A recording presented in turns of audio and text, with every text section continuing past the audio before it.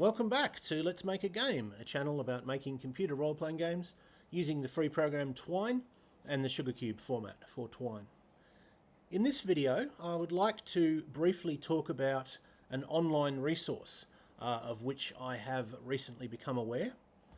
It is the gamebook collection at archive.org.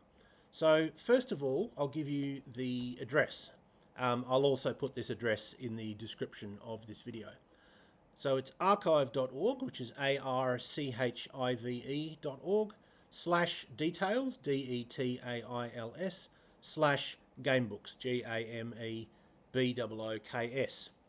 Archive.org is a site which started as a collection of sort of snapshots of old versions of the internet. So they would have a version of a website, and you can look it up and say, I want to see what this website looked like in June 2010, and they would have a copy that they'd made, and you can look at it, or you can see websites that have been taken down, don't exist anymore. You can see what they looked like.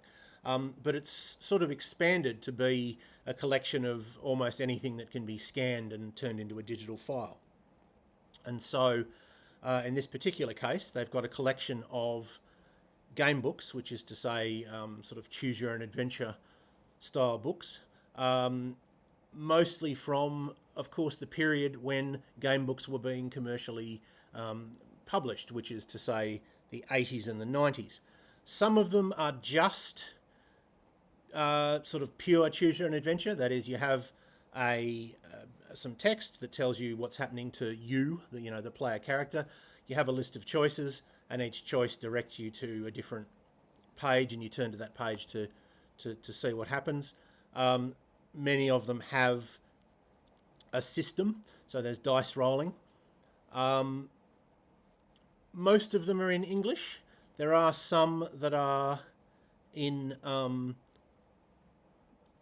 other languages, particularly there seem to be quite a lot of Japanese ones, and there's at least one series that's in Spanish. Unfortunately, I don't read Spanish, so I can't tell you anything about it, but I would have really liked to look at that because it's set in the world of Isaac Asimov's Foundation series, which I'm quite interested in. So if anyone reads Spanish, you might find that interesting. There's some examples of really good design here. In particular, I would recommend, where is it? Down Among the Dead Men, which is one that I've done a video about on this channel. I think it's really good to, there it is. I think it's got some features that are really examples of good design for a game of this type. And apart from just being interesting,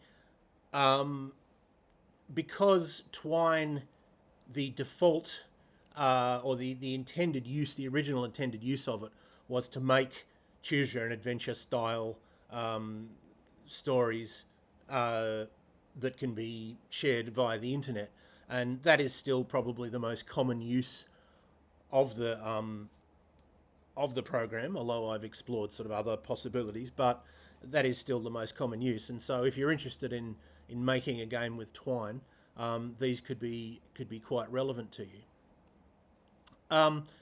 Downloading stuff is quite simple. You just click on the link to the book that you want. A preview will load up here, and you can flip through that if you want. Eventually, there we go. You can flip through it if you want. But the main thing you want is this list here. It has a list of different formats. The one you probably want is PDF. Maybe if you have an e-reader, you might want EPUB, but most people probably want PDF. And you just click on that, and it'll download in the same way that your system downloads any other file. So it'll go into the downloads folder or wherever you put them, or it will load up in the browser. In the case of PDF, at least that's what it did for me. You don't have to register or anything. Sorry, I'm just trying to click back. There we go. You don't have to register or anything, and there's no cost. There's some examples of good design. There's also some examples of bad design. Unfortunately, I remember the Crossroads series as being not great, which is unfortunate because they're all licensed. They're all set in the worlds of sort of fantasy or science fiction series that were popular at the time. So they obviously spent a bit of money on it, but the people who did it don't seem to, I don't know, they don't seem to be very good at game books. Other ones I'd mention are the Narnia series, based on C.S. Lewis's fantasy series, which began with The Lion, the Witch, and the Wardrobe. I thought they really captured the feeling of Narnia. Obviously, that's subjective, but yeah, it felt to me like they, obviously it wasn't written by C.S. Lewis, but it sort of seemed like something that he might have written if he'd written a Choose Your Own Adventure, I guess.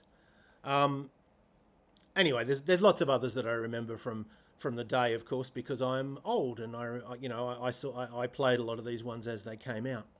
But anyway, that if you're interested in sort of examples of that sort of story, either as inspiration for your own games or just for your own interest, this is a pretty good place to start. So I hope that was useful or interesting to at least some of you, and I hope you will tune in next time.